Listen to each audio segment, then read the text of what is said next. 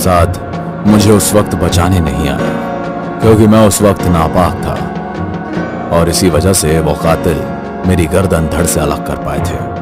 मैं तड़प रहा था, पर खुदा की रहमत थी, मेरा सर जमीन पर गिरते वक्त पानी मेरे मुंह पर जा गिरा था, जिससे मेरा सिर पाक हो गया।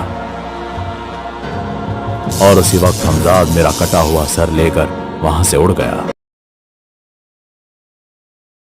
उस अंधेरे में मेरे सिर से गिरती हुई खून की बूंदें तक जमीन पर लुप्त हो रही थीं।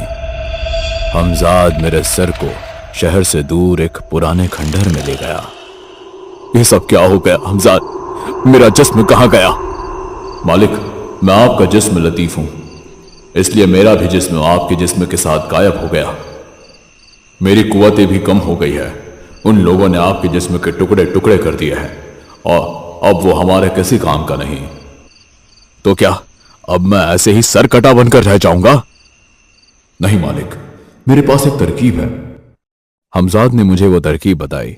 वो सुनकर मैं हैरान था। आपको अपना जिस्म फिर पाने के लिए रजिया को मनाना पड़ेगा।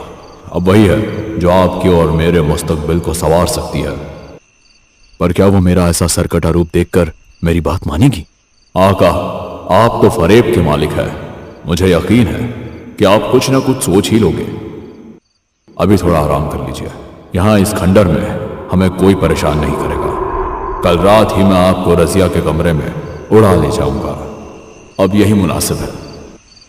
अगली रात लगभग 12 बजे थे और हमजाद मेरे कटे हुए सर को उड़ा कर ले गया। मैं रजिया के कमरे में था।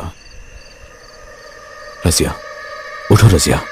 मेरा कटा हुआ सर देखकर रजिया के मुंह से चीख निकलने ही वाली थी कि हमजाद ने उसकी आवाज बंद कर दी। घबराओ मत रजिया, मैं तुम्हारा असलम ही हूं, तुम्हारा आशिक। मेरा यह हाल तुम्हारी इसी दुनिया के पुरसात ताकतों ने किया है। कई महीनों से मैं तुम्हारी दुनिया में आने की कोशिश कर रहा था ताकि मैं तुम्हें यहां से ले जा सकूं, पर तुम्हारी दुनिया के पुरसात ताकतों ने मेरा यह हाल कर दिया। मैं मर नहीं सकता, इसलिए उन लोगों ने मेरे जिस्म को सर से अलग कर दिया। पर फिर भी मैं तुम्हारे पास आया हूं क्योंकि मैं तुमसे सच्ची मोहब्बत करता हूं, मेरी मल्लिका। मेरी यह बात सुनकर रजिया थोड़ी शांत हुई।